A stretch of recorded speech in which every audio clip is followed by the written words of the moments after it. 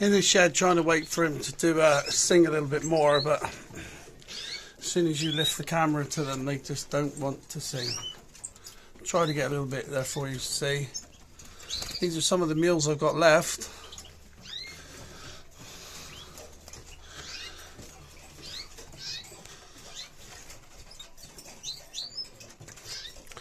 I'll have to make some more cages in a day or two,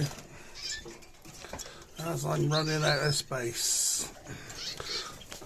I'll do some more videos in the near future, but I just thought I'd do a video today to show everybody the mules are singing.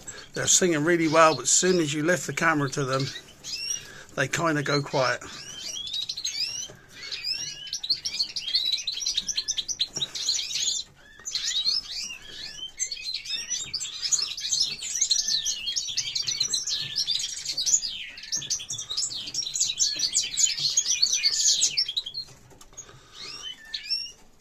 They're all singing really well, but these are the only ones I've got left out of 70.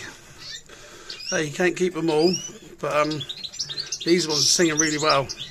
So hey, if you like the video today, give me a thumbs up. I know it's only a little small one.